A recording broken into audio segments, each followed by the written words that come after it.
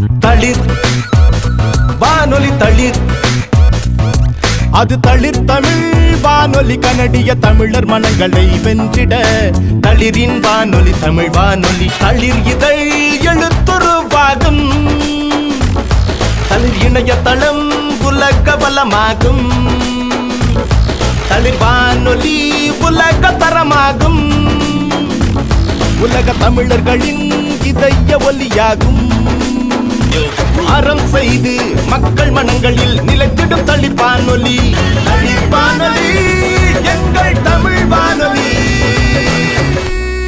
Canada என்றால் குளிர், மக்கள் மனங்களில் தளிர். நீங்கள் கேட்டுக்கொண்டிருப்பது தளிர் வானொலி, எங்கள் தமிழ் வானொலி. வணக்கம் இனிய தமிழ் உறவுகளே. வலை அலை ஊடாக வானொலியில் விளம்பரம் கனடிய தளிர் தமிழ் வானொலியில் உங்கள் அனைவரையும் சந்திப்பதில் மீண்டும் மகிழ்ச்சி இருக்கின்றோம். அந்த வகையிலே இன்று கூட எமது கலையகத்திலே ஒரு சிறப்பு நேர்காணல் இடம்பெற இருக்கின்றது. அந்த சிறப்பு நேர்காணல் என்பது எதிர்வரும் 13ஆம் தேதி கனடா ஈவென்ட் சென்டரில் இடம்பெற இருக்கின்ற ஒரு பிரம்மாண்டமான இசை சங்கமம் தொடர்பாக நாங்கள் பேச இருக்கின்றோம். அந்த இசை சங்கமம் வழங்குகின்ற ஒரு முக்கிய பிரமுகர் எமது கலையகத்துக்கு வந்திருக்கின்றார். எமது மக்கள் மத்தியில் மிகவும் பிரபல்யமான பாடல். அந்த பாடலை கேட்காத எமது ரசிகர்கள் இருக்க முடியாது. எந்த வானொலியை நாங்கள் எடுத்துக்கொண்டாலும் கூட அந்த பாடலை அடிக்கடி எல்லோரும் விரும்பி கேட்பதுண்டு. அந்த பாடலுக்கு ஒரு சில பேர் அந்த பாடலை தந்த அந்த பாடலுக்கு சொந்தக்காரர். இவ்வாறு பல விடயங்களை கூறிக்கொண்டு செல்ல முடியும். தென்னிந்தியாவின் வட இந்திய கலைஞர்களுக்கு ஒருத்தருடைய ஹிந்துஸ்தானி இசையையும் எமது பாரம்பரிய இசையாகிய கர்நாடக இசையையும் மற்றும் மேலதேச இசையை முறைப்படி கற்று பல திரைப்படங்களுக்கு பல முன்னணி பாடல்களை வழங்கிய எங்களது அன்புக்கும் மதிப்புக்கும் மரியாதைக்கும் உரிய உங்களது ஏகோபித்த அபிமானத்தை பெற்ற பரத்வாஜ் அவர்கள் இங்கே எமது கலையகத்துக்கு வருகை தந்திருக்கின்றார்கள். எங்களது அன்புக்குரிய உங்களது நெஞ்சம் நிறைந்த அந்த இசையமைப்பாளர்களை நாங்கள் வரவேற்றுக் கொள்வதில் மகிழ்ச்சி அடைகின்றோம். வணக்கம். இந்த வேளையிலே பரத்வாஜ் அவர்களுக்கு நாங்கள் நன்றிகளை கூறி வரவேற்றுக் கொள்கின்றோம். வணக்கம் வணக்கம் வணக்கம். நன்றி. கனடா எப்படி இருக்கின்றது? அருமையாக இருக்கிறது. இன்றைய நாளிலே அவரிடம் கேட்டு அறிந்து கொள்வதற்கு நிறைய விடயங்கள் இருக்கின்றது. அந்த வகையிலே பரத்வாஜ் அவர்கள் இன்றைய நாளிலே தளிர் தமிழ் வானொலியுடன் இணைந்திருக்கின்றார். ஏனெனில் அவர் வழங்க இருக்கின்ற அந்த பிரமாண்டமான இசை விருந்தை பற்றி நாங்கள் கேட்டு அறிந்து கொள்ள நிறைய விடயங்கள் இருக்கின்றது. வாருங்கள் கேட்டு பார்ப்போம். சரி, நீங்கள் உங்களுடைய இசை விருந்து தொடர்பாக உங்களுடைய என்ன கருத்தை கூறிக்கொள்ளுங்கள் எங்களது நேயர்களுக்காக. ஏனெனில் எமது நேயர்கள் உங்களது இசை விருந்தை பார்ப்பதற்காக மிகவும் ஆவலோடு இருக்கின்றார்கள். நீங்கள் அந்த இசை விருந்து எவ்வாறு அமைய இருக்கின்றது, என்னென்ன பாடல்கள் வந்திருக்கின்றார்கள், யார் யார் வந்திருக்கின்றார்கள், என்னென்ன பாடல்கள் வழங்க இருக்கின்றீர்கள், புதிய பாடலா பழைய பாடலா, இவ்வாறு பழைய எல்லா ரசிகர்களும் அந்த உங்களுடைய வரவை எதிர்பார்த்த வண்ணம் இருப்பார்கள். இந்த வானொலியை இப்போது கேட்டுக்கொண்டிருக்கின்ற நேயர்களுக்கு கூட இந்த வேளையிலே உங்களுடைய இசை விருந்தை பற்றி நாங்கள் அறிவிக்க வேண்டும் என்பதற்காகவே உங்களை அழைத்திருக்கின்றோம். முதலில் வணக்கம் KS ரகு அவர்களே. நன்றி சார். ஒரு அருமையான ஒரு என்னை அறிமுகப்படுத்தினீர்கள். கனடா நீங்கள் சொன்ன மாதிரி நான் பல முறை வந்திருக்கின்றேன். இருந்தாலும் முதல் முறையாக இங்கு எனக்கு ஒரு இசை நிகழ்ச்சி நடக்க இருக்கிறது. இந்த நிகழ்ச்சி எப்படி வந்ததுன்னா, இவ்வளவு வருஷங்களாக நான் வந்து என்னுடைய 30 ஆண்டுகளை நான் தாண்டி இசையமைத்துக் கொண்டிருக்கிறேன். என்னுடைய 100 படங்களுக்கு மேல் சமைத்திருக்கின்றேன். என்னுடைய மகள் இந்த ஊரில் இருக்கிறார்கள். அவர்களுக்கு ரொம்ப நாளாக ஒரு ஆசை, அதாவது நான் இந்த ஊரில் நிகழ்ச்சி நடத்தணும் அப்படின்னு. இப்போது முக்கியமான விஷயம் என்னென்னா, அந்த என்னுடைய மகள் தான் இந்த இசை நிகழ்ச்சியை என்ன சொல்கிறாங்க நடத்துகிறார்கள். மகள் வந்து ஜனனி பரத்வாஜ் என்று பெயர். அவர்களும் ஒரு பாடகி தான். ஐயா என்ற படத்திலிருந்து அவர்களுடைய அறிமுகமாச்சு. ஏறக்குறைய 20 படங்களுக்கு அவர்கள் பாடிக்கிறார்கள். மற்றபடி அவர்களுக்கு திருமணமான பிறகு அவர்கள் இந்த தேசத்துக்கு வந்ததினால் அவர்களால் சினிமாவில் பாட முடியவில்லை. இருந்தாலும் அவர்களுடைய அந்த கலை பணி தொடரும் நினைக்கின்றேன். என்னுடைய இசைப்பில் முக்கியமாக இந்த இசை நிகழ்ச்சியை நடத்துபவர் அவர்தான். அவர்களுடைய மாஸ்டர் மீடியா ஒர்க்ஸ் என்ற கம்பெனி தான் அவர்கள் ஆசைப்பட்டேன்னு சொன்னார்கள். அப்பா, நான் வந்து உங்களுக்கு நீங்கள் வந்து 30 வருடங்களாக அதுக்கு ஒரு பாராட்டு விழாவை நடத்த ஆசைப்பட்டேன் என்றார். நல்லது, எனக்கும் அதில் ரொம்ப ஆசை. இது 2 விஷயங்களுக்கு முக்கியமாக நான் கனடா செய்தி ஒப்புத்துக்கொண்டேன். ஒன்று, நான் இந்த ஊரில் இசை நிகழ்ச்சி நடத்தவில்லை. இரண்டாவது, என்னுடைய மகள் கூப்பிடுகிறார்கள். மூன்றாவது, நான் மிகவும் விரும்பும் என்றது வந்து ஒரு செயற்கையான ஒரு சூழ்நிலை. ஆமாம், மிகவும் விரும்பும். எனக்கு நான் வந்து என்னுடைய இந்த நீங்கள் சொன்ன மாதிரி நான் 20 நாடுகள் மேலே 20 நாடுகளுக்கு பயணம் செய்து இசை கச்சேரிகள் நடத்தியிருக்கின்றேன். தவிர பக்கத்தில் இருக்கும் இலங்கை நாட்டுக்கும் நிறைய நான் செய்திருக்கின்றேன். என்றைக்குமே என்னுடைய பாடல்கள் ஒரு அளவு என்ன சொல்வது ஒரு படி மேல வந்து என்னுடைய ரசிகர்கள் வந்து இந்த நாட்டை சேர்ந்தவர்கள் தான் இருக்கிறார்கள், ஈழத்தமிழர்கள் தான் இருக்கிறார்கள். ஸோ அதனால நான் வந்து ஒரு கலைஞனுக்கு மிகப்பெரிய விஷயம் வந்து அவருடைய ரசிகர்கள் தான். நிச்சயமாக பல பாடல்கள் இந்தியாவில் பிரபலமாக வைத்தாலும் நான் எப்பொழுது இப்போ இலங்கை ரேடியோ என்னுடைய உதாரணத்தினோட பிறந்த நாள் என்று நீங்கள் பார்த்தீங்கன்னா என்னோட எல்லா பாடல்களும் அவங்க வந்து எல்லா ரேடியோ சேனல்லையும் போடுவாங்க. அப்போ அப்படி பார்க்கும்போது அதில் பல பாடல்கள் வந்து நான் கூட என்னுடைய தொழில் வந்து நாங்கள் டெய்லி அடிக்கடி பாடல்கள் இசையமைத்து கொண்டிருக்கும் போது எனக்கு பழைய பாடல்கள் ஞாபகம் இருக்காது. ஆனால் அவர்கள் ஏதோ நான் பல வருடங்கள் முன்னாடி பாடிய இசையை ஏகோபித்த ஒரு பாராட்டுதலோடு அவங்க சொல்வார்கள்.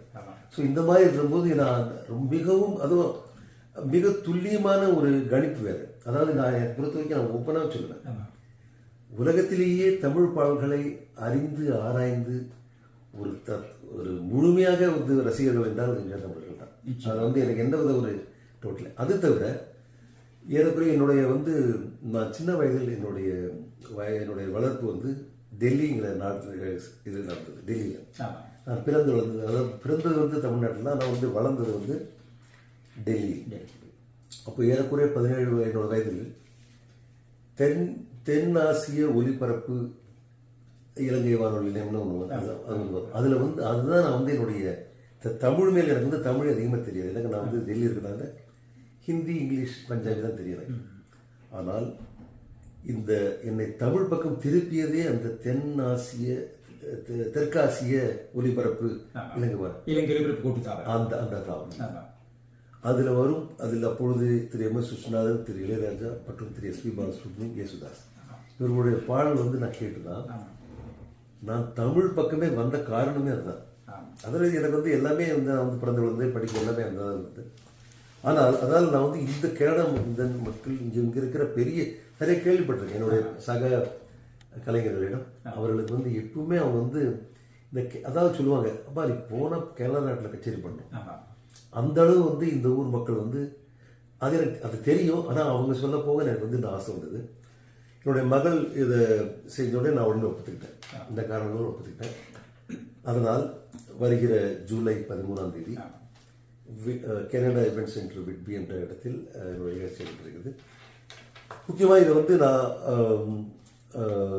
நிறைய நல்ல கலைஞர்கள் இன்னொரு எனக்கு ரொம்ப நாள் ஆசை. அதாவது நான் வந்து இப்போ ஆஸ் அ மியூசிக் டைரக்டர் இந்தியாவில் உள்ள எல்லா பாடல்களையும் பாட வச்சிருக்கேன்.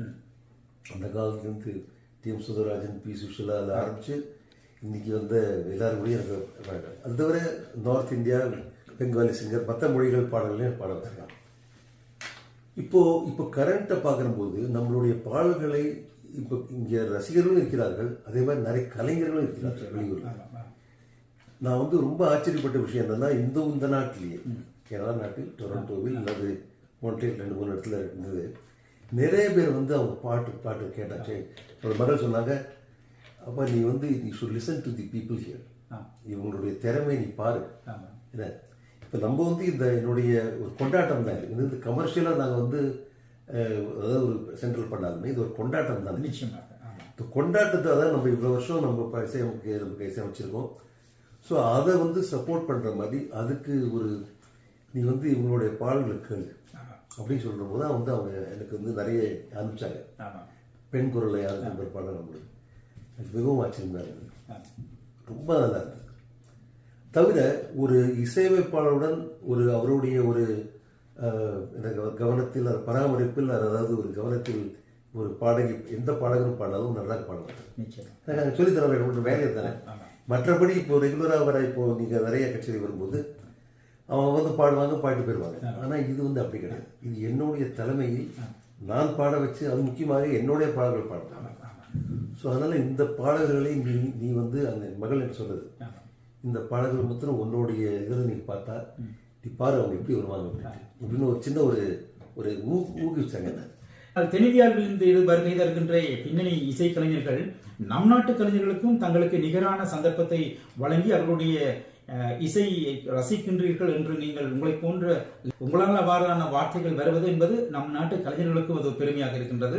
ஆனால் அவ்வாறான நீங்கள் கூறுகின்ற போல விடயத்தை எல்லோரும் கூறிவிட மாட்டார்கள். ஆனால் அது கூறுவதற்கும் ஒரு மனது வேண்டும். ஆனால் நீங்கள் எத்தனையோ பெரிய பாடல்களை உங்களது பின்னணி இசையில் பாட வைத்த நீர்கள். நான் பாட வைக்காத ஆளே கிடையாது. ஆனால் இவர்களுடைய இந்த திறமை என்ன வியப்பத்தக்க வச்சு நீங்களே இந்த நிகழ்ச்சிக்கு அப்புறம் பார்ப்பீங்க. அதாவது அந்த அளவு எனக்கு வந்து சந்தோஷமா இருக்கு. அதனால நாங்கள் இந்த நிகழ்ச்சியில் நிறைய அதிகமாக இன்னும் ஒரு 10 நாள் எக்ஸாக்டா யாரெல்லாம் பாட தெரியாது. நிறைய கலைஞர்கள் வாசிக்கிறவங்க பாடுறவங்க எல்லாருமே இங்கேதான் இருக்காங்க. அதனால அதை தவிர இருக்கு எல்லாத்துக்குமே முன்னிலையில் நான் இருப்பதால் அது எப்படியுமே அந்த ஒரு என்ன சொல்றது, இப்போ உண்மை என்னன்னா ஒரு ரெக்கார்டிங் செஷன்லயே ஒரு இசையமைப்பாளர் தான் வந்து அந்த பாடகருக்கு பாட வாய்ப்பு கூடாது சொல்லி தராங்க. அதே மாதிரி நான் ஒரு குருவா இருந்து ஒரு லீடரா இருந்து இவங்களுக்கு நல்ல பாட சொல்லி ஒரு பொறுப்போட நான் வந்து இந்த வேலை செய்யப்பேன். நேர்களை நீங்கள் கேட்டுக்கொண்டிருப்பது தாளிர் தமிழ் வானொலி. தாளிர் தமிழ் வானொலியில் இன்றைய நாளில் நாங்கள் நேர்காணல் செய்து கொண்டிருப்பது எங்களது நெஞ்சம் நிறைந்த எங்களது அன்புக்கும் மதிப்புக்கும் மரியாதைக்கும் உரிய பரத்வாஜ் அவர்களை நாங்கள் நேர்காணல் செய்து கொண்டிருக்கின்றோம். குறிப்பாக நாங்கள் கூற வேண்டுமாக இருந்தால் 2008 ஆண்டிலே தென்னிந்தியாவின் கலைமாமணி விருதினை பெற்ற எங்களது அன்புக்குரிய நெஞ்சம் நிறைந்த பரத்வாஜ் அவர்கள் இன்றைய நாளிலே எமது கலையகத்தில் இருக்கின்றார். அவரது இசையிலே பல பாடல்களை கேட்பதற்கு நமது மக்கள் ஆர்வமாக இருப்பீர்கள். 13ஆம் தேதியை மறந்து விடாதீர்கள். ஜூலை 13 உங்களுக்கான நாள். 3000 இருக்கைகளை உள்ளடக்கிய அந்த கலையரங்கம் அரங்கம் நிறைந்த ரசிகர் கூட்டத்தோடு அந்த இசை நிகழ்ச்சி இடம்பெற வேண்டும் என்று நாங்கள் எல்லாருக்கும் பொதுவான நிறைவை நாங்கள் வேண்டிக் கொள்கிறோம். சரி, கூறிக்கொள்ளுங்கள். முக்கியமாக இந்த நிகழ்ச்சி எவ்வாறு வித்தியாசமாக இருக்கும் சொல்லுவது. முதலில் எல்லோரும் அதிகமாக கெனடிய மண்ணில் இருக்கும் பாடகர்கள் கலைஞர்கள் இருக்கிறார்கள். இரண்டாவது, நான் 30 வருட காலத்தில் ஏறக்குறைய 100 படங்களுக்கு மேலே சமைத்த பல பிரபலமான பாடல்கள். ஒவ்வொரு பாடலுக்கு பின்னால் வேறு ஒரு நிறைய நிகழ்ச்சிகள் இருக்கின்றன. ஒவ்வொரு பாடலுக்கும் நான் சொல்ல போறேன். இந்த மாதிரி யாருமே எனக்கு தெரிஞ்சு இது நான் ஓப்பனா சொல்றேன், எந்த இசையமைப்பாளருமே இதுவரையும் இந்த மாதிரி பகிர்ந்து கொண்டிருக்க மாட்டேன். ஒரு பாடகர் சொல்லிடலாம், எஸ்பி பாலசுப்ரமணியம் அந்த மாதிரி பாடல் வந்து இந்த பாடல் நடந்தது. ஆனால் ஒரு இசையமைப்பாளரை ஒவ்வொரு பாடலுக்கும் அல்லது அதிகமான பாடல்களுக்கு ஒவ்வொரு பாடலுக்கு பின்னால் எப்படி நிகழ்வுகள் நடந்தன, அதாவது அது சங்கீத இசை சம்பந்தமாக இருக்கலாம் அல்லது அது பாடல் சம்பந்தமாக இருக்கலாம், பாடல் உருவான இதுவாங்க. இன்னும் ஒரு முக்கியமான ஒரு விஷயம் நான் பண்ண போறேன். ஒரு பாடலை நான் இயற்றி பிரபலமான பாடலை நான் அதை எப்படி இசையமைக்க அந்த எப்படி இசைப்பிக்க போறேன், எப்படி ஒரு பாடல் உருவாகுது என்பதை நான் காமிக்க போறேன். ஒரு பாடலுக்கு இசை எவ்வாறு உருவாக்குகின்றார், அந்த இசையை எவ்வாறு இசை கோர்வையாக கோர்த்து எங்களுக்கு அந்த பாடல் வருகின்றது என்பதனை கூட ஒரு பாடலை நான் உருவாக்க, அதாவது எந்த பாடல் தான் ஒரு பாடலை ஒரு என்ன சொல்றது, ஒரு எக்ஸாம்பிள் மாதிரி காமிக்க போறேன். Showcasing how a song is made. அன்பகிலே பல பாடல்களை எமக்கு வழங்கிய பரத்வாஜ் அவர்கள் இங்கே எங்களுடன் பேசிக் கொண்டிருக்கின்றார். அவருடைய பாடல்கள் அனைத்தும், இவர் இசையமைத்த பாடல்கள் அனைத்தும் அந்த திரைப்படத்திலே சுபஹிட் பாடலாக அமைந்திருக்கின்றது. குறிப்பாக நாங்கள் கூற வேண்டுமாக இருந்தால் பாண்டவர் பூமி திரைப்படத்தில் எவரையும் மறந்துவிட முடியாது. ஷேரன் அவர்களது இயக்கத்தில் உருவான ஆட்டோகிராப், அதை நாங்கள் மறந்துவிட முடியாது.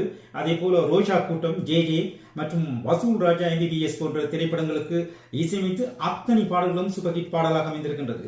ஆனால் குறிப்பாக நாங்கள் பார்க்க வேண்டுமாக இருந்தால் இவரது பாடல்கள் ஒரு காதல் ரசம் சுற்றும் பாடலாக இருந்தால் அந்த திரைப்படத்தில் காதல் பாடல் அவ்வாறு இருக்கும். ஆனால் இவருடைய குத்து பாடல் வேண்டுமாக இருந்தால் கூட குத்து பாடல் இருக்கும். நாங்கள் என்றும் மறந்துவிட முடியாது ஓ போடு ஜெமினி திரைப்படத்தில் இடம்பெற்ற அந்த பாடலை நாங்கள் மறந்துவிட முடியாது.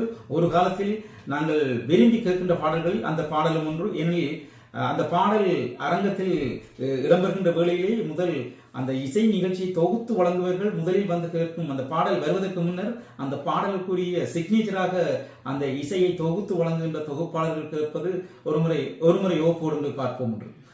அவ்வாறு அந்த பாடல் ஒரு பிரபல்யம் வாய்ந்த பாடலாக இருக்கின்றது. நீங்கள் வழங்கிய பாடல்கள் அத்தனை பாடல்களும் மீண்டும் மீண்டும் கேட்க தூண்டும் பாடல்களாக இருக்கும். நீங்கள் பாடல்கள் என்று வருகின்ற வழியிலே, இசையமைப்பு என்று வருகின்ற வழியிலே அமர்க்களப்படுத்தி விடுவீர்கள். அதனால தான் இந்த அமர்க்களம் படம் கூட, திரைப்படம் கூட, அந்த திரைப்படத்தில் இருந்த இடம்பெற்ற அத்தனை பாடல்களும் சூப்பர் ஹிட் பாடலாக அமைந்திருக்கின்றது. அந்த பாடல்கள் அவ்வாறு அமைவதற்கு உங்களுக்கு வைரமான வரிகளுக்கு சொந்தக்காரன் வைரமுத்து அவர்கள் உங்களுடன் சேர்ந்து பயணித்த சுவாரஸ்யமான விடயங்களையும் நீங்கள் மேடையில் நிச்சயமாக கூற வேண்டும். அதுதான் ரொம்ப முக்கியமான ஒரு விஷயம். ஒரு பாடல் என்பது அதில் இசை இருக்கிறது, வரிகள் இருக்கிறது. அந்த வரிகளை எவ்வாறு அமைத்தோம், அதனுடைய பாடல்களுக்கு எப்படி சொல்லிக் கொடுத்தோம், எப்படி அது வந்து அதோட பேக்ரவுண்ட் மியூசிக் எப்படி பண்ணோம், பல விஷயங்கள் இருக்கு. அதாவது ரொம்ப சுவாரஸ்யமான விஷயங்கள் இருக்குன்னு நினைக்கிறேன். எனக்கு முக்கியமாக இந்த நிகழ்ச்சியில் வந்து நான் எல்லா இடத்துலையும் அதை பண்ணதே கிடையாது. ஆனால் இங்கே பண்ண இருக்கின்றேன். மற்ற இடத்துல நான் பாட்டு பாடிட்டு போவோம், கச்சேரி பண்ணுவோம். ஆனால் இங்கே வந்து அதை வந்து சொல்லுங்கிற ஒரு கடமையாகவே நான் நினைக்கிறேன். எனக்கு அந்த அளவு நம்மளுடைய பாடல் ரசிக்கிறாங்க. இப்போ இந்த ஒரு உதாரணத்துக்கு சத்தம் இல்லாத தனிமை கேட்டேன், யுத்தம் இல்லாத உலகம் கேட்டேன்னு ஒரு 90 வரி பாடல்கள். தமிழ் திரையுலகிலேயே அதிகமான வரிகள் கொண்ட ஒரே பாடலுக்கு தான். இப்படி பல விஷயங்கள். ஒவ்வொரு பூக்களுமே பூத்திருமே வாழ்வென்றால் போராட்டம் என்று ஒரு உத்வேக பாடல். இந்த மாதிரி பாடல் நிறைய, அதே மாதிரி நிறைய இந்த காதல் பாடல்கள். அதாவது உதாரணத்துக்கு காதல் மன்னன், அமர்க்களம், பார்த்தியன் ரெஸ்டேன், ஜெமினி, பாண்டவர் பூமி, ஜே வசூல் ராஜா, ஐயா, அட்டகாசம், ஆட்டோகிராஃப், அசல், இப்படி அரண்மனை, பல படங்களுக்கு இசையமைத்து வந்து எல்லா படங்களையும் பார்க்கும்போது முக்கியமாக நாங்கள் வந்து ஒரு முக்கியமாக நான் என்ன தன்னை பற்றி ஒரு இசையமைப்பாளர் எப்படி சொல்ல வந்தேன்னா, நான் இன்றைக்குமே உணர்வுகளுக்கு தான் முதல். இன்னும் என்னை பொறுத்த வரைக்கும் பாடல்களில் வரிகள் தான் முக்கியம், அதை சொல்ல வந்த கருத்து தான் முக்கியம். இசை வந்து ஒரு கேரியர் தான். அதை வந்து அதை ஒரு போய் சொல்லக்கூடிய ஊடகம் தான். பேசிக்கலி நம்ம பாடல் போடுவது, ரெக்கார்ட் பண்ணுவது, அது என்ன சொல்ல வரும் அப்படிங்கிறது. ஸோ இது எல்லா பாடத்துலையுமே அது குத்துப்பாடாக இருக்கலாம், காதல் பாடல் இருக்கலாம், தத்துவ பாடலாக இருக்கலாம். இதோட வரிகளில் வந்து ஒரு தமிழுக்கு ஒரு சிதைவு ஏற்படக்கூடாது, அதோடைய அர்த்தம் புரியணும் மக்களுக்கு. ஆனால் அதை நீங்கள் நம்ப மாட்டீங்க, அப்படி செஞ்சதுனால தான் எனக்கு இன்னைக்கு வந்து தனி பெயர். தமிழர்கள் என்று வருகின்ற வழியிலே ஈழத்தமிழர்களுடைய இதயம் என்பது ஒரு இரும்பு கோட்டை. அதற்குள் நுழைவது கடினம். ஆனால் நீங்கள் அது நுழைந்து விட்டால் வெளியில் வர முடியாது. சந்தோஷமா அந்த கோட்டைக்குள்ளே இருக்கேன். நிச்சயமாக. அதனால்தான் நீங்கள் வருகின்றீர்கள் என்று கூறியவுடன் நாங்கள் இங்கே பார்க்கின்ற வழியிலே எங்கு சென்றாலும் உங்களுடைய பேர் அடிபடுகின்றது. எல்லோரும் கேட்பதுண்டு, இப்படி ஒரு இசையமைப்பாளர் வருகை தந்திருக்கின்றார், இது முதல் முறையாக இருக்கின்றது. ஏனெனில் எத்தனையோ இசையமைப்பாளர்கள் இங்கே வருகை தந்திருக்கின்றார்கள். நீங்கள் எத்தனையோ நாட்டுக்கு சென்றாலும் எங்களது நாட்டுக்கு ஏன் இதுவரை காலம் நீங்கள் வரவில்லையோ எனக்கு தெரியவில்லை. ஆனால் இது எங்களுக்கு ஒரு பாக்கியமாக நாங்கள் கருதுகின்றோம். ஏனெனில் நாங்கள் உங்களுடன் இருந்து நீங்கள் கூறுகின்ற விடயங்களையும் உங்களுடைய பாடல்களையும் நேரடியாக இருந்து பார்க்க போகின்றோம். நேர்களே ஒரு விடயத்தை நாங்கள் குறிப்பிட வேண்டும். அஜித் அவர்களுக்கு தலை என்றால் அந்த தலை என்ற அந்த பட்டத்தினை கொடுத்து திரையின் மறைவிலே இருந்த ஒரு தலை இன்றைய நாளிலே நம்முடன் பேசிக் கொண்டிருக்கிறார். ஆமாம், அட்டகாசம் திரைப்படத்துக்காக கிடைத்த பாடல் தலை போல வருமா என்ற பாடல் மூலம்தான் அஜித் அவர்களுக்கு தலை என்ற அந்த பட்டத்தை கொடுத்து இன்று எல்லோராலும் தலை என்று கூறப்பட்டுக் கொண்டிருக்கின்றார். ஆனால் அந்த தலைக்கு பட்டம் கொடுத்த சொந்தக்காரர் திரைமறைவில் இருந்திருக்கின்றார். இன்றுதான் அந்த உழைச்சத்துக்கு வருகை தந்திருக்கின்றார். எதிர்வரும் ஜூலை 13ஆம் தேதி மேடையிலே இதைவிட பிரம்மாண்டமான பல சுவாரஸ்யமான நிகழ்வுகளை கூறி தனது கருத்தினையும் கூறி அந்த பாடல்களை வழங்குவது என்பது ஒரு சுவாரஸ்யமான விடயம். நான் இந்த விஷயத்தில் இந்த நேரத்தில் உங்களுடைய ரேடியோ இதற்கு பெரிய ஒரு தேங்க்ஸ் சொல்றேன். ஏன்னா என்ன இருந்தாலுமே நாங்கள் வந்து எங்களை மக்களிடம் கொண்டு போய் சேர்வது ஊடகம். அது ரொம்ப அருமையாக எனக்கு வந்து எனக்கு இன்னைக்கு தெம்பா இருக்கு. இப்போ நீங்கள் பார்த்து பேச மாட்டோன்னு நிச்சயமாக உங்களுக்கு மிகப்பெரிய ஒரு ஊக்கமாக எடுத்திருக்கிறீர்கள். என்னை பொறுத்த வரைக்கும் இது பெரிய முயற்சி. எந்த ஒரு கலை படைப்புமே ஒரு முயற்சி தான். இதில் நான் ஜெயிப்பேன் அதெல்லாம் சொல்ல. இப்போ நான் இசையமைக்கிற போது கூட இந்த படத்துக்கு நல்ல இசையமைக்கணும் அப்படின்னு நினச்சி தான் பண்ணுவோம். அப்புறம் அது நல்லா அமையணுங்கிறது. அதே மாதிரி தான் இந்த கலை நிகழ்ச்சி ரொம்ப ஆவலுடன், ரொம்ப எதிர்பார்ப்புடன், ரொம்ப பொறுப்புடன். முக்கியமாக நான் வந்து இதை எப்படி நினைக்கிறேன்னா, இந்த தமிழ் திருமாவளர்கள் இப்போ வந்து நான் முக்கியமாக சொல்றேன்னா, இந்த வயசில் இந்த ஒரு தருணத்தில் எனக்கு இந்த பணமோ இல்லை புகழோ அது ஒரு முக்கிய காரணம் இருக்காது. எனக்கு தேவைப்பட்ட பணம் இருக்கு, தேவைப்பட்ட புகழ் இருக்கு. ஆனால் அதை மீறி இந்த ஊரில் இந்த மக்களுக்காக நம்ம என்ன செய்ய போறோங்கிற அந்த கேள்வி தான் எனக்கு இருக்கு. தவிர அதுக்கு ஒரு சரியான ஒரு முயற்சி நான் எடுக்க முயற்சி பண்றேன். நிச்சயமாக உங்களுடைய நல்லெண்ணத்தில் விஷஸ்ல அது நல்லா அமைய நினைக்கிறேன். நான் வந்து எங்களுடைய முழு முயற்சியோட நாங்கள் இந்த இசை நிகழ்ச்சி நடத்தியிருக்கிறோம். அரங்கம் நிறைந்த மக்கள் அங்கே வருவார்கள். அந்த அந்த அரங்கம் நிறைந்த மக்கள் கூட்டத்து மத்தியில் நீங்களும் ஒரு பிரமிப்போடு இந்த இசை விருந்தை படைப்பீர்கள் என்று நானும் இவர்களை வருக வருக என்று வரவேற்கிறேன். உங்களை ஆசையோடு கூப்பிடுகிறேன். முக்கியமாக தமிழ் இசை கொண்டாடலாம். நம்மளுடைய ஒரு கொண்டாட்டம் என்று சொல்கிறேன். சரி, இன்னும் ஒரு கேள்வி இருக்கின்றது உங்களிடம். ஒரு இசையமைப்பாளர்கள் பாட முடியும் என்பதனை நிரூபித்த காலம் என்று வருகின்ற வேளையிலே நாங்கள் எம்எஸ்பி விஸ்வநாதன் ராமமூர்த்தி அவர்களை நாங்கள் மறந்து கொள்ள முடியாது. ஏனெனில் பல இசையமைப்பாளர்கள் தோன்றியிருக்கின்றார்கள். ஆனால் முதல் முறையாக அந்த ஜுத்தியை வெளிப்படுத்தியவர் எம்எஸ்பி அவர்கள். ஆனால் எம்எஸ்பி ஆரம்பித்த அந்த ஜுத்தி இட்டை வரைக்கும் இன்று நவீனமாக வளர்ந்து வருகின்ற ஜிவி பிரகாஷ் வரைக்கும் அது நடைமுறையில் இருக்கின்றது. ஆனால் நீங்கள் பல பாடல்களை பாடிக்கொண்டிருக்கின்றீர்கள். உங்களது குரல் வளத்தில் நாங்கள் ஏதாவது ஒரு பாடல்களை கேட்க நாங்கள் தெரியப்படுகின்றோம் எங்களது நேயர்களுக்காக. நிச்சயமாக. முதலில் நான் ஒரு சொல்ல விஷயம் ஆசைப்படுறேன். இசையமைப்பாளர்கள் பொதுவாக பாடினாலே அது வித்தியாசமாக இருக்கும். நிச்சயமா. அதற்கு காரணம் என்னவென்றால் அவர்கள் தான் அந்த பாடலுடன் அதிக நேரம் செலவழிக்கிறார்கள். அதாவது அந்த பாடலுடைய ஊறி அதனுடைய கதைகளை உள்வாங்கி அவர்கள் நீங்கள் பார்த்தீங்கன்னா எம்எஸ் விஸ்வநாதன் ஐயா அவர்களுடைய குரல் வளம், குரல் இதே மாதிரி இளையராஜா அவர்களுடைய குரல், ஏஆர் ரஹ்மானுடைய குரல், எஸ்.ஏ. ராஜ்குமார் அவர்களுடைய குரல், தேவா அவர்களுடைய குரல், என்னுடைய குரல், இப்படி எல்லாருக்குமே ஒரு தனி ஒரு முத்திரை இருக்கும். அது ஏன்னா இந்த விஷயத்தாக நான் ரொம்ப சந்தோஷப்படுறேன். அந்த மாதிரி நீங்கள் என்னுடைய பாடல்கள் முக்கியமாக இன்னொரு விஷயம், பாடல்கள் நம்ம பதிவு பண்ணும்போது அதுக்கு முதலில் ட்ராக் என்று சொல்லுவேன். ட்ராக் பாடும்போது நானே நிறைய பாடல்கள் இசையமைக்கும் போது நிறைய ட்ராக் பாடிடுவேன். சில பாடல்கள் முக்கியமாக இந்த தத்துவ பாடல்கள் எல்லா அதிகமான இசைக்கலை இயக்குநர்கள், திரைப்பட இயக்குநர்கள் உங்கள் குரலில் வர அந்த ஒரு வெளிப்பாடு மற்றவர்களிடம் இருக்காது, நீங்கள் தான் பாட வேண்டும் சொல்வார்கள். அதன்படி எனக்கு எத்தனையோ பாடல்கள், காதல் பாடல்கள் பாடல்கள் பாட ஆசைப்பட்டாலும் எனக்கு வாய்த்தது தத்துவ பாடல்கள் தான். இருந்தாலும் ஒரு சந்தோஷமா இருக்கிறது. நான் அந்த மாதிரி பாடிய பாடல்கள் உலகம் எங்கும் என்று பிரபலமாக்கிறது. நீங்கள் சொன்னதற்காக ஒரு பாடல். ஞாபகம் வருதே ஞாபகம் வருதே ஞாபகம் வருதே ஞாபகம் வருதே, பொக்கிஷமாக நெஞ்சில் புதைந்த நினைவுகள் எல்லாம் ஞாபகம் வருதே, ஏதோ ஒன்றை தொலைத்தது போலே, ஏதோ மீண்டும் பிறந்தது போலே, தாயே என்னை வளர்த்தது போலே, கண்களின் ஓரம் கண்ணீர் வருதே, ஞாபகம் வருதே ஞாபகம் வருதே ஞாபகம் வருதே. ஆம், பாராட்டுகள், நன்றி. உண்மையில் நாங்கள் நெகிழ்ந்து போனோம். ஏனெனில் இதை நாங்கள் அடிக்கடி ஒலிப்பதிவிலே கேட்டிருக்கின்றோம். ஆனால் நேரடியாக கேட்கின்ற போது எங்களை அறியாமல் எனது குரல் கூட தளர்கின்றது. இந்த பாடல் தமிழர்கள் மத்தியிலே ஒரு மிகவும் பிரபலியமான பாடல். ஏனென்றால் இந்த பாடலை கேட்கின்ற போது எங்களை அறியாமல் எங்களுக்கு ஏதோ விதமான ஒரு உள்ளுணர்வை நிச்சயமாக ஏற்படுத்துவது உண்டு. ஆனால் அதை எவ்வாறு கூற முடியும் என்றால், இந்த பாடலை ஒரு சிறியவர் கேட்டால் துள்ளி தெரியும் பள்ளி பருவத்தில் இடம்பெறுகின்ற நிகழ்வுகள் வந்து போகும். ஆனால் ஒரு பெரியவர் அந்த பாடலை கேட்டால் தனது முன்னைய காலங்களில் தான் அனுபவித்த சில விடயங்கள் மனதுக்குள் போகும்.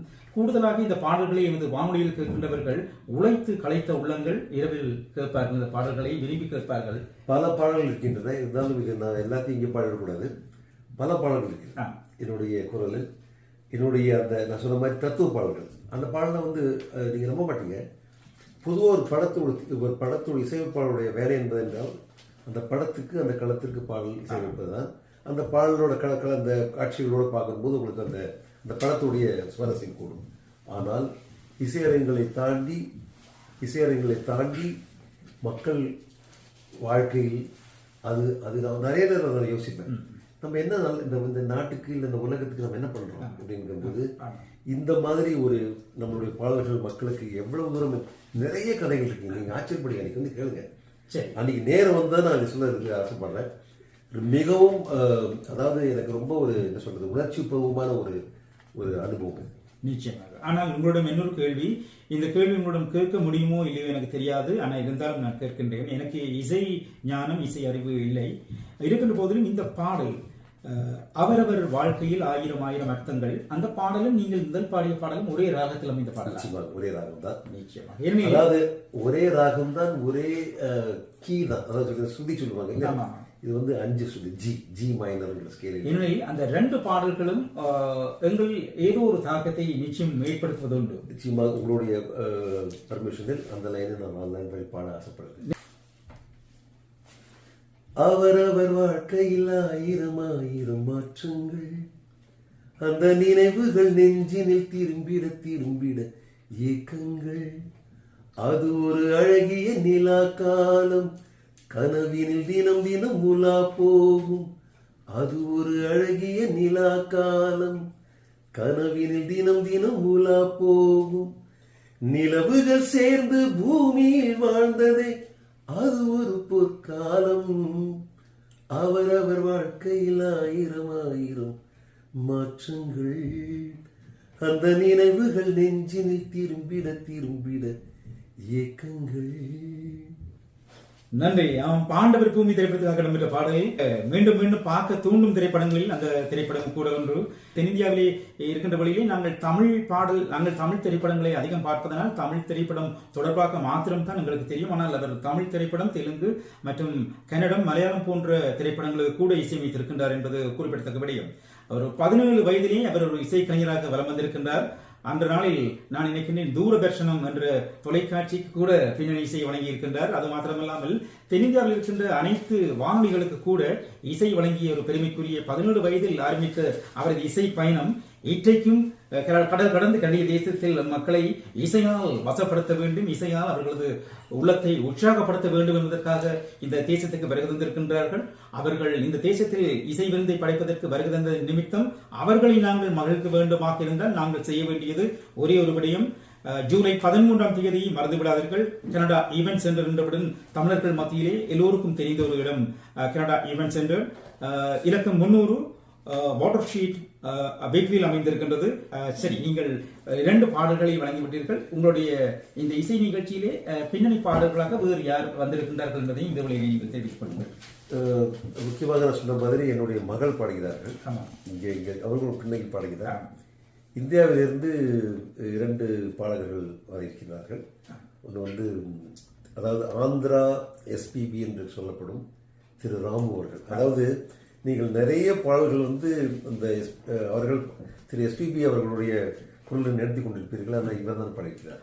மிக பிரபலமான ஒரு ஆந்திராவில் உள்ள ஒரு பாடகர் திரு ராமு அவர்கள். ஏன் அவர்களை கூட்டிக் கொண்டு வந்தேன் என்றால், எனக்கும் திரு எஸ்பிபி அவர்களுக்கும் உள்ள ஒரு உறவு அது பல வருடங்களாக நீண்ட காலம். நான் எக்காரணத்தை கொண்டும் அதுவும் இந்த நிகழ்ச்சியில் அவரை மிகவும் அதிகமாக ஞாபகப்படுத்தும் ஒரு இசை நிகழ்ச்சியாக இருக்க வேண்டும் என்று ஆசைப்பட்டு நான் திரு ராமு அவர்கள் வருகிறார்கள். நீங்களே கேட்டோடு சொல்கிறீர்கள். என்னுடைய பிரபலமான உன்னை பார்த்த பின் அந்த பாடல், சத்தமில்லாத தனிமை கேட்டேன், பல பாடல்கள். காதல் மன்னன் திரைப்படத்தை நாங்கள் மறந்துவிட முடியாது. அந்த பாடல் அது இதில் ஒரு வேடிக்கையான விடயம் இருக்கின்றது என்னென்றால், இது உண்மையாக நாங்கள் இந்த இடத்தில் நாங்கள் கூற வேண்டும். ஏனெனில் அமர்கல படத்தில் நீங்கள் இசையால் அமர்கலப்படுத்தியிருப்பீர்கள். அதில் வருகின்ற காதல் பாடல்கள் அனைத்தும் வெறுமனவே திரைப்படத்துக்காக நடிகர்கள் காதலிப்பது போன்ற அந்த தோற்றம் இருந்தாலும், ஆனால் அந்த பாடல்களை கேட்கின்ற வழியில் உங்களுடைய உணர்வுகள் காதலுக்குள் தூண்டப்படும். அதனால் தான் அஜித் சாதினி அவர்கள் கூட அதற்கு பொதுவாக நான் அந்த வரிகளுடைய பாதிப்புக்கு, அதாவது ஒரு என்ன சொல்றது, பாதிப்பு இல்லை, அதோட இம்பாக்டுக்கு கவிஞர் வைரமுத்து அவர்களுக்கு மிகப்பெரிய நன்றி சொல்ல வேண்டும். நான் அவருடன் சேர்ந்து 26 படங்களுக்கு இசையமைத்திருக்கின்றேன். 26 into ஒரு 5-6 போடுவேன். ஒரு 150 படங்களுக்கு நான் வந்து பாடல்களுக்கு நான் இசையமைச்சிருக்கேன். அதில் எல்லா பாடல்களுமே நான் இப்போ நீங்கள் பாடும்போது சொல்லுவீங்க. உங்களுக்கே இப்போ அந்த நிகழ்ச்சி இன்னொரு ஒரு நல்ல விஷயம் என்னன்னா, இந்த நிகழ்ச்சியில் முழுக்க என்னுடைய பாடல்கள் எனக்குரிய 25-30 பாட்டு பாடுவோம். 25 இவராவர். ஆனால் எனக்கு இன்னொரு ஒரு சின்ன விஷயம் என்னன்னா, நான் அதிகமாக என்னை முன்னிலைப்படுத்தினது கிடையாது. அதனால் நிறைய பேருக்கு என்னோட பாடல் தெரியும், ஆனால் எனக்கு தெரியாது. அந்த மாதிரி ஒரு நிலைமையில் இருக்கின்றது. அதனால் நீங்கள் அன்றைக்கி வந்து பார்ப்பீங்க, ஓ இது அவர் பாட்டா, ஐயோ இது பாட்டா அப்படின்ட்டு. அதே மாதிரி அந்த வைரமுத்துவோட அவருடைய வரிகளுடைய தாக்கம், அந்த வரிகளுடைய நிறைய விஷயங்கள் வந்து இந்த மக்களுக்கு போய், அதாவது அதை நான் பிரித்து சொல்லும் போது அவங்களுக்கு புரியும். ஆனால் அதாவது அது நான் எல்லாமே, அதாவது ஒரு நான் அங்கே வந்து சொன்ன நினைச்சிட்டு அதனால ரொம்ப அருமை. அதே மாதிரி மற்ற கவிஞர்கள் முத்துக்குமார், ப. விஜய், ஸ்நேகன் நிறைய பாடல்கள் இருக்கிறார். இவன் இயக்குநர்களே நிறைய இன்னொரு பாடல் இயக்கும் போது ஒரு உண்மை சொல்ல விரும்புகிறேன், அந்த டைரக்டர்களே அல்லது இசையமைப்பாளர்களே முதல் வரிகளை போட்டுருவாங்க. எனக்கு அந்த ஃப்ளோவில் வரும் அந்த ஒரு இதில். அப்படி வரும்போது எத்தனையோ வரிகளுக்கு சொந்தக்காரர் வந்து எனக்கு என்னுடைய மிகவும் நெருங்கிய நண்பர் இயக்குனர் சரண். அவருடன் நான் 12 படங்கள் செஞ்சேன். ஒரே கலைஞர் தான் அஜித்தை வைத்து திரைப்படம். அஜித்தை வைத்து ஏற்கனவே 6 படங்களுக்கு மேற்பட்ட படங்களை இவர் 12 படங்களுக்கு இசையமைத்திருக்கிறார். அவன் இயக்குனர் இருக்கிறார். ஸோ அவருடைய அந்த இம்பாக்ட் வந்து இப்படி ஒரு கூட்டு முயற்சி தான். முக்கியமாக இன்னொன்று சொல்ல விரும்புகிறேன், ஒரு இசை என்பது ஒரு பாடல் என்பது ஒரு கூட்டு முயற்சி. இதில் பல பேருடைய, அதாவது டைரக்டர் தான் சொல்லுவார் என்ன பாட்டு என்ன ஓனத்து பாடலுடைய தேவை சொல்லுவார். அதை நாங்கள் எப்படி புரிந்து கொண்டு இசை வடிவம் கொடுத்து அதற்கு வரிகளை எப்படி பொருத்துவது, அப்புறம் பாடல்களை இந்த பாடலுக்கு இவர் தான் வேண்டும் என்று எப்படி செலக்ட் பண்ணிக்கிறோம், அப்புறம் இந்த பாடலுக்கு இந்த இன்ஸ்ட்ருமெண்ட் தான் எப்படி வாழ்த்து, இப்படி பெரிய ஒரு கதையே இருக்கு. நீங்கள் 5 நிமிடங்கள் ஒரு பாடல் இருந்தாலும் அதோடைய செலவும், அதாவது மணி நேரங்கள். நான் உதாரணத்துக்கு ஒவ்வொரு இசையமைப்பாளரும் ஒரு பாடலுக்கு 100 மணி நேரம் செலவழிக்கிறார்கள். இப்போ வாசிக்க கலைஞர்கள்லாம் அவங்களுக்கு அவங்க வேலை பண்ணிட்டு போயிடுவாங்க. ஆனால் ஒரு இசையமைப்பாளர் வந்து 100 மணி நேரம் செலவழிக்கிறாங்க. ஸோ ஆரம்பத்தில் அது ஒரு ப்ராசஸ் அது. ஸோ இதெல்லாம் வந்து நான் வந்து மக்களிடம் ஷேர் பண்ண ஆசைப்படுறேன். அன்றைய நாளிலே நீங்கள் தெரியப்படுத்தியிருக்கின்றீர்கள். ஆனால் நீங்கள் கூறுகின்ற விடயம் என்னவெனில் பல கலைஞர்களுடைய கைவண்ணத்தால் உருவாவதுதான் அந்த சந்தேகமே இல்லாத அந்த இசை. ஆனால் உண்மையிலே அப்படி ஒரு நல்ல மனம் எல்லோருக்கும் கிடைப்பதில்லை.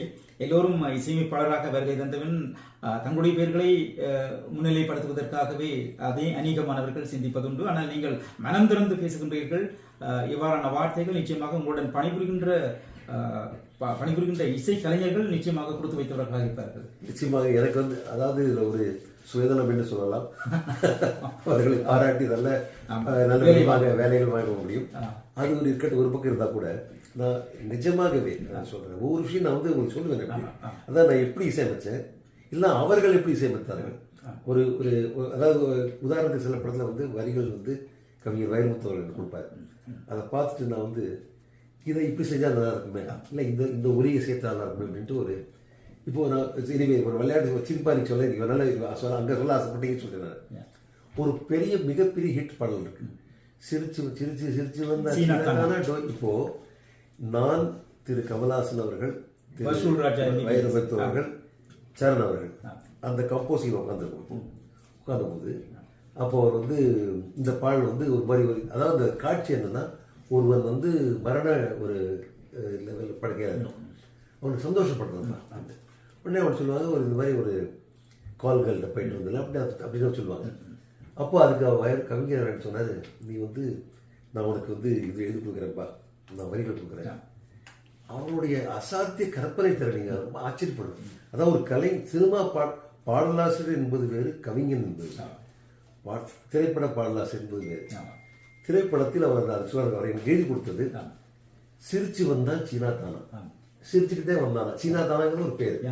சிரிச்சு வந்தா சீனா தானா, சிரிக்கி மக தானா போனா, கால்கள் தனியே போங்க ஒரு இதை பண்ண, சிரிக்கி மக தானா போனா, அப்புறம் காணா போனா, விடியும் மட்டும் தேனா போனா, விடிஞ்ச பின்னே காணா போனா இப்படின்னு ஒரு ரொம்ப அழகா அவருடைய ஒரு தங்கச்சி எழுதி வளர்த்தாரு. இப்ப இந்த பாடல் எடுத்து ஒரு கலை இசையமைப்பாளர் என்ன பண்ணுவாங்க, பொதுவாக எந்த மாதிரி ஒரு கவிதை எடுத்த உடனே இது எல்லாமே ஒரு தாளக்கட்டில் இருக்கும். தாளக்கட்டில் முதல்ல அமைப்பாங்க. ஸோ இதை நான் வந்து எங்களுக்கு ரொம்ப பிரபலமான ஒரு பாடல் வந்து ஒரு தாளக்கட்டு என்பது 6/8 தக்கிட்ட தக்கிட்ட, அதாவது 6 மாத்திரைகள் கொண்ட ஒரு தக்கிட்ட 3 தக்கிட்ட தக்கிட்ட தக்கிட்ட தக்கிட்ட தக்கிட்ட ஒரு பாருக்குள்ள 6 நோட் வரதான் 6/8 பேர். இப்போ இது ரொம்ப பிரபலமான, நீங்க பாத்தீங்கன்னா எல்லா பாடலும் இதா இருக்கும். இதுல பாடலாம் பார்த்தா, சிரிச்சு வந்தா சீனா தானா, சிரிக்கும் மக தானா போனா, விடியும் மட்டும் தேனா போனா, விடிஞ்ச பிள்ளை காணா போனா, ரொம்ப அழகா வந்துச்சு. ஆனால் இந்த திரைப்படங்கள்ல மொத்தம் இசையமைக்கிற போது இதை தாண்டி அதுல ஏதாவது ஒரு ரசனை மிக்க ஒரு பொடி வைக்க வேண்டிய ஒரு தேவை உண்டு சினிமா. அங்கதான் சினிமா இசையமைப்பாளர் நான் சொல்லுவாங்க, அது வந்து அதுல மசாலா போடுறதுதான் எங்களுக்கு அப்படி மக்கள் மத்தியில் அந்த சுவை. அப்போ நான் என்ன செஞ்சேன்னா, சிரிச்சு வந்தா சீனா தானாங்கிறது வந்து சிரிச்சுங்கிற வார்த்தை 2 தடவை போட்டேன். சிரிச்சு சிரிச்சு வந்தா சீனா தானா டோய், இந்த டோயின ஒரு குரல் நானே வந்து அன்றைக்கி எழுதினேன். ஸோ இது மாதிரி சிரித்து அது முதல் வார்த்தையை 2 முறையாக சொல்லி கடைசியில் அந்த வரி எண்ணில் வந்து டோயினை போட்டேன். சிரித்து வந்தா சீனா தானா டோய் சிரிக்குமாக தானா போனா டோய் விடிய மட்டும் தேனா போனா டோய் விடிஞ்ச பின்ன காண போனா டோய். இது முடிஞ்சுதான். இப்போ இந்த ஹூக்கு இது வந்து எல்லாருமே எந்த வெவ்வேறு இன்ஸ்ட்ருமெண்ட்டில் போனால் ரொம்ப பக்தி பூர்வமான ஒரு இன்ஸ்ட்ருமெண்ட் வந்து வீணை. ரொம்ப பக்தி பூர்வம். நம்ம இந்த பக்திக்கு நாங்கள் வந்து அப்போ அந்த இது எல்லாமே நம்ம அந்த இந்த மாதிரி கூட்டு முயற்சி. இப்போ கவிஞர் எழுதினார்கள், நான் அதற்கு ஒரு அருமையான அதாவது இந்த மாதிரி ஒரு 2 தடவை போட்டு அதை வந்து டோய் போட்டு அதை பெருசாக்கிறேன். அடுத்தது இந்த வீணை வாசிக்கிற போது ரொம்ப அழகான ராஜேஷ் வைத்தியாங்க ஒரு இசைக்கலைஞர் இருக்கிறார், அவரை கூப்பிட்டு நான் இதை வாசிக்க வச்சேன். இப்படி அப்புறம் அதை பாடுறதுக்கு வந்து இந்த குரலில் வந்து ஒரு கரகரக்கிற குரல் வரும், ரொம்ப ஐப்பிச்சு கொடுக்கணும். அது கிரேஸுங்கிற ஒரு புது பாடகி அன்றைக்கி நான் நடிகர் கருணாசுடைய மனைவி அவர்களை வரவழைத்து அவர் டெஸ்ட் பண்ணி அவர் குரல் நல்லா இருக்குன்னு அவருக்கு வாய்ப்பு கொடுத்தது. இப்படி நம்ம செஞ்ச அவருடைய குரல் கரெக்டாக இருந்தது. அது தவிர இந்த பாடலை வந்து பக்சரைஸ் பண்ணும்போது அந்த தனி சா சா சா சா அதை வந்து ஒரு வீணை வாசிக்கிற மாதிரி அந்த பொண்ணு அப்படி செஞ்சது. நீங்கள் பார்த்தீங்கன்னா இதோடைய இவ்வளோ விஷயம் இருக்குது பாட்டில். இந்த விஷயம் இவ்வளவு இருந்ததுனால தான் அது இவ்வளவு பேசு. அது நிச்சயமாக போட்டு பேசணும். ஆனால் இதுக்கு தலைவன், இதுக்கு ஹெட் ஆஃப் டிபார்ட்மெண்ட் நான் தான், அது சந்தேகம் கிடையாது. ஆனால் இவ்வளவு பேருடைய கூட்டு முயற்சி. சரி, இன்னும் ஒரு கேள்வி இருக்கின்றது. நீங்கள் வழங்கிய அனைத்து பாடல்களும், அனைத்து திரைப்படங்களும் பெரும்பான்மையான பாடல்கள் சூப்பர்ஹிட்டாக அமைவதுண்டு. அதனுடைய சூக்குமம் என்ன? எனவே எல்லோரும் இசையமைப்பதுண்டு, ஆனால் ஒரு சில பாடல்கள் வந்து இதை நான் ஒப்புத்துக்கொண்டே ஆக வேண்டும். அதாவது நிஜமாக நடந்த விஷயங்கள். இப்போ காதல் மனம் எடுத்துக்கொண்டால் 5 பாடல்கள் ஹிட்டு, அமர்கலம் என்றால் எல்லா பாடல்கள் ஹிட்டு, பார்த்தேன் டிசைன் எல்லாம் பட்டு எல்லா பாடல்கள் ரோஜா. ஆனால் ரோஜா கூட்டம் யாரோ அதாவது ஹிட்டுங்கிறது ஒன்று, மைல் ஸ்டோன் ஹிட்டுங்கிறது ஜெமினி எடுத்துக்கொள்ளுங்கள். இப்படி எல்லா படத்துலையும் அதுக்கு ஒரு காரணம். நான் என்ன பண்ணுவேன்னா, நான் இன்னைக்குமே என்னுடைய பாணின்னு நான் சின்னதே கிடையாது. எந்த டைரக்டர் வருகிறார்களோ அவர்களுடைய களம், அந்த படத்துடைய களத்தை வைத்துக் கொண்டு தான் நான் அந்த கதைக்கு ஏற்பதான் இசையமைப்பது. அது என்ன ஒரு நல்ல விஷயங்கள் என்னன்னா, நானே இதுதான் இவரை இசையமைச்சாங்கிற அந்த பாணி அவங்களுக்கு தெரியாது. இப்போ ஜெமினி ஓப்போடு இசையமைச்சவர் தான் பாண்டவர் பூமியை இசையமைத்தாரா, இல்லை இவர் தான் ஐயாவுக்கு ஒரு வாரத்தை கேட்க 1 வருஷம் காத்து சொன்னாரா, இல்லை இவர் தான் சத்தம் இல்லாத நிமிடம். அதனால் அந்த வெரைட்டி நான் வந்து ஃபாலோ பண்ணேன். 2வது நான் வந்து அந்த டைரக்டர்களுடைய நான் வந்து என்னை வந்து ஒரு திரைப்பட இசையமைப்பாளராக கருதுறேன். நான் பிரைவேட் ஆல்பம் பண்ணலை. என்னுடைய பாடல் வந்து அந்த படத்துக்கு எப்படி ஒத்து வரும் இல்லை சப்போர்ட் பண்ணுங்கிற அந்த விஷயம் தான் என் மைண்டில் இருக்கும். தவிர நான் பெரிய இசை கருவிகளை போய்த்து அந்த மற்ற விஷயம் நான் என்னோட ஈடுபாடே கிடையாது. அது ஒரு யதார்த்தமான அமைந்த விஷயம் தான். தவிர நான் இந்த பாடல் இப்படி ஒலிக்க வேண்டும், இந்த சத்தம் வரணும், அதை நான் பார்த்தே கிடையாது. எல்லாமே அந்த நான் அந்த விஷயத்தில் பெருமைப்படுறேன், நான் பெருமையாக சொல்லிக்கிறேன். திரைப்பட இசைப்பாளர்களில் ஒரு சில பேர் தான் அந்த படத்திற்கு இசையமைப்பார்கள். பாடல்கள் அந்த படத்தோடு சேர்த்து, உதாரணத்துக்கு இந்த உன்னை சத்தமில்லா தனிமை கேட்டு வேற எந்த படத்தையும் ஒருத்து வராது.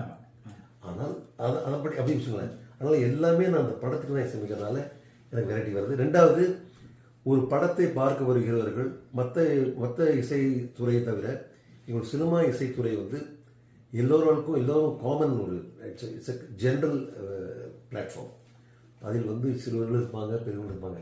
ஸோ நாங்கள் பாட்டு பாடும்போது படத்தில் 6 பாட்டு இருந்தால், அப்பா இது குழந்தைகளுக்கு, ஏதாவது சின்னவங்களுக்கு, இது வளர்ந்தவங்களுக்கு, இது காதலர்களுக்கு, இப்படி நானே வந்து ஒரு ஐடியா பண்ணிட்டு ஒவ்வொருத்தையும் ஒரு கவனம் செலுத்தி பண்ணுவேன்.